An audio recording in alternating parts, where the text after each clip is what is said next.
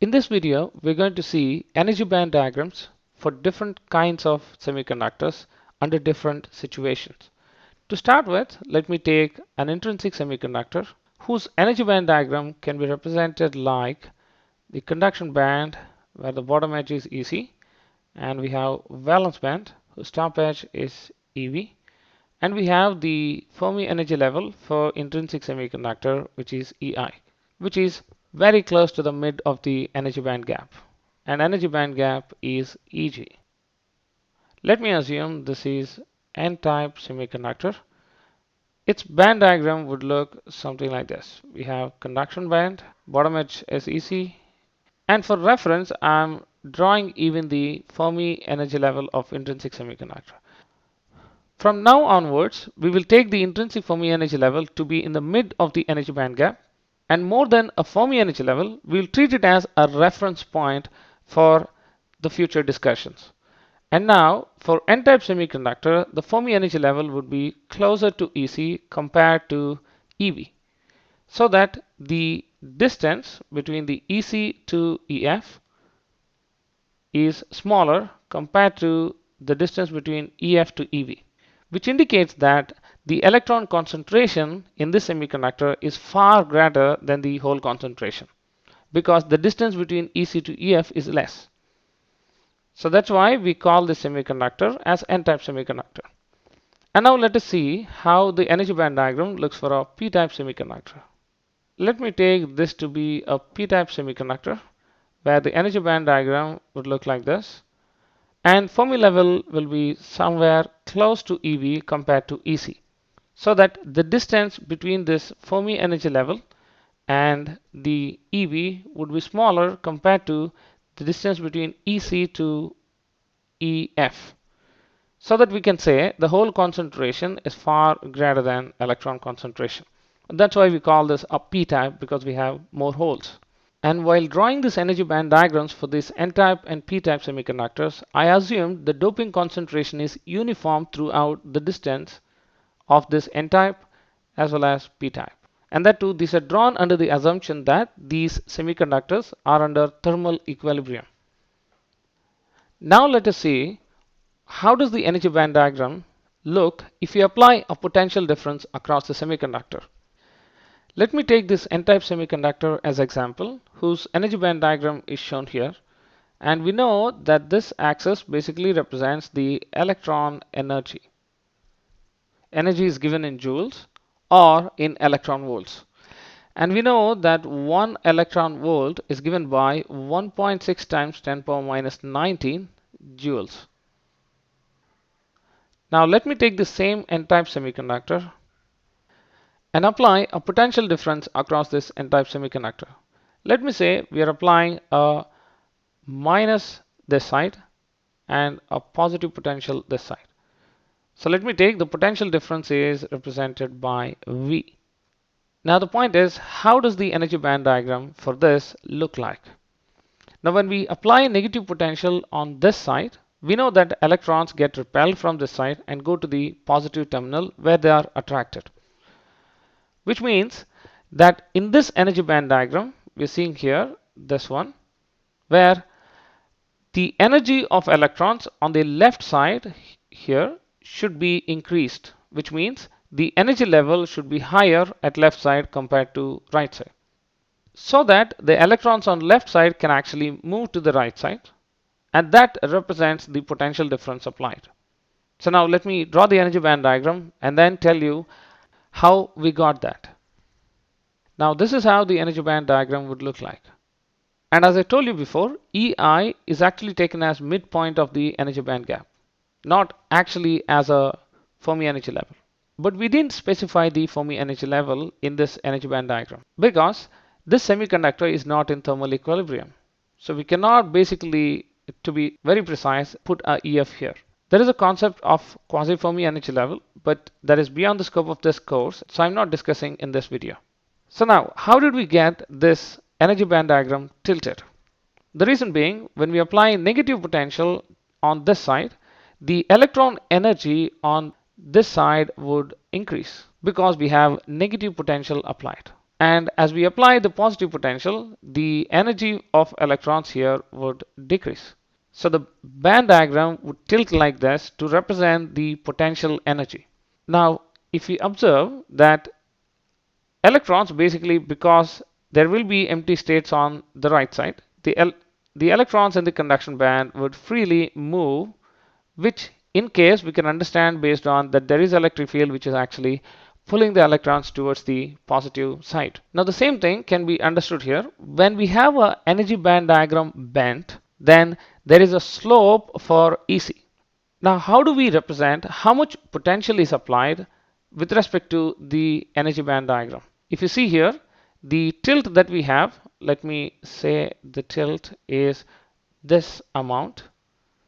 And if you see, even EI is tilted that much, and EC and EV and all, because all of them are basically parallel lines. So this tilt should be equal to Q times V, because this is measured in electron volts. So that's why this should be equal to Q times V, because V is the potential that we applied across the semiconductor.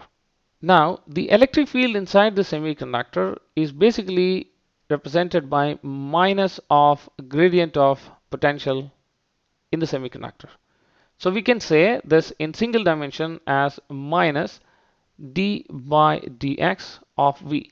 Now, how do we find the electric field inside the semiconductor? Now, to understand that, let us see how is the potential inside the n-type semiconductor. Let's say this point is A and this point is B. So I'm taking a point A here and B here. Now the potential would be something like this. It will be small here and it will be increasing to this point across the semiconductor, and the difference between these 2 points, the potential difference, would be equal to V, which is the potential applied across the semiconductor.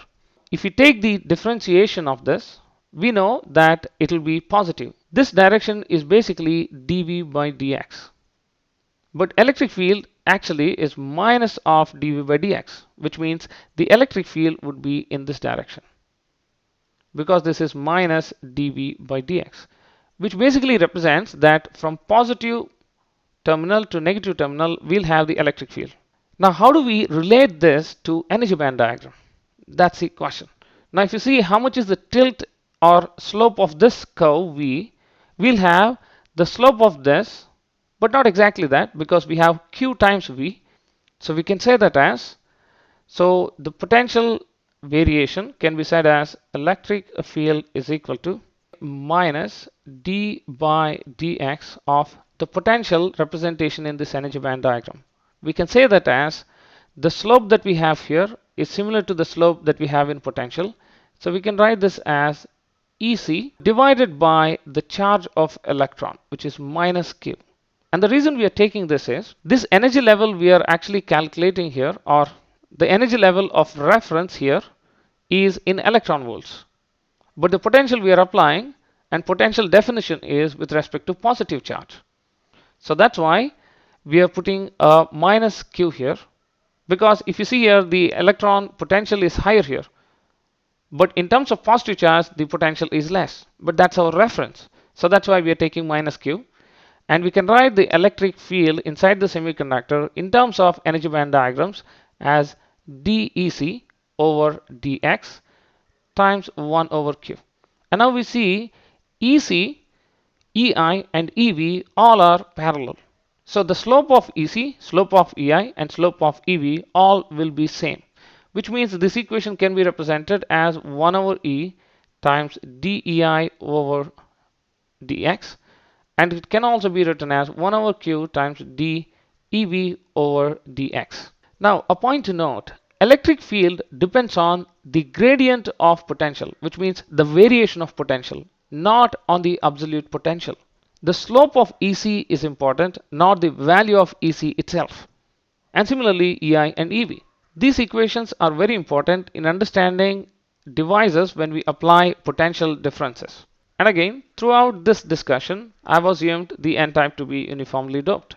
Now let us see, how does the energy band diagram look for a semiconductor which is non-uniformly doped?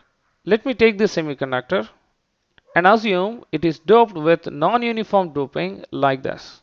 And let me assume this is a donor dopant concentration with respect to distance. So this becomes a n-type semiconductor.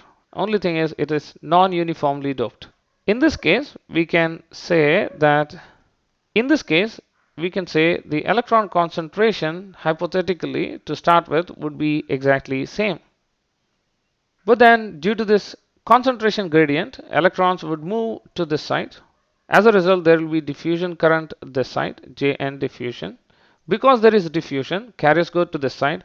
Because electrons went from this higher concentration to lower concentration, some of the donor dopants would get ionized on this side. And because electrons went there, relatively this side would be negative.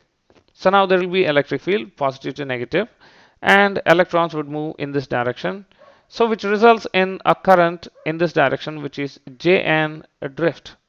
Now in this case, there will be diffusion to start with, and then which sets up an electric field, there will be drift current as well. So now to understand how to draw this energy band diagram under thermal equilibrium, we need to first understand this condition where the total current, the Jn electron current, should be zero because we didn't apply any potential difference. There is no reason for current to flow.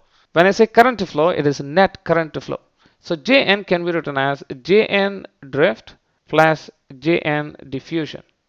And we know what this is, and we defined the electric field to be related to 1 over q times del EI by del x. And if EI depends only on space, we can convert this partial differentiation to simple differentiation. Now we know dn by dx can be written as we know, n is ni times e power ef minus ei over kt.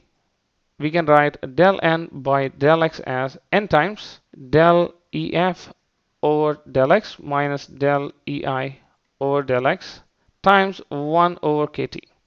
So that if we substitute back into this equation, we'll get Jn is equal to. Then we can see that based on Einstein relationship, that dn is equal to kt over q times mu n. Based on this, we can write this quantity as simply mu n. So now once we substitute mu in here, this equation looks exactly same with this one. So I'm cancelling those two. Now Jn is equal to q dn over kt times n times del ef over del x. Now we said as we didn't apply potential difference, this should be 0. And we know q is a constant which is not 0, and kt is also constant which is not 0, and dn is again another constant, and n is also concentration of electrons which we know is not 0. And it can be 0 only if del ef by del x is 0. Which means we can conclude that if a semiconductor is in equilibrium state, when there is no external excitations applied, then the condition that we need to have is del ef over del x should be equal to 0. Which means we can say that Fermi energy level should be not changing with respect to space. We have got two important points based on our discussion, that the electric field inside the semiconductor is actually given by 1 over q times del EI over del x. And we know we can substitute EI with EC or EV, it doesn't make a difference because the electric field depends on the variation of the energy level with respect to x, not with the absolute value of it. So this is one important point. In a given energy band diagram, we know EI, EC, EV are parallel lines. If they are varying with respect to distance, then we would have electric field inside the semiconductor. This is a very important point. If you're given an energy band diagram and asked if that semiconductor is in equilibrium or not, we need to first test if the dEf over dx is 0 or not. If it is 0, then we can say the semiconductor is in equilibrium, where there is no net current flowing through the semiconductor. This is another important point. Now let me take an example of energy band diagram like this, and you can guess what could be the answer. Let's say this is EF and this is EI. And what I want to find is Is this semiconductor having any internal electric field? So let's use the first one. We can say dEI by dx is 0, which means the electric field inside the semiconductor is 0. So we can say electric field is 0. And now, is this semiconductor in equilibrium or not? Now, dEF by dx is 0 in this case because EF is not changing with respect to x, which means we can say this semiconductor is in equilibrium. Let me take just another example where let's say the energy band diagram is like this. So now with respect to x, EF is basically constant, which means dEF by dx is 0, which means this semiconductor is actually in equilibrium.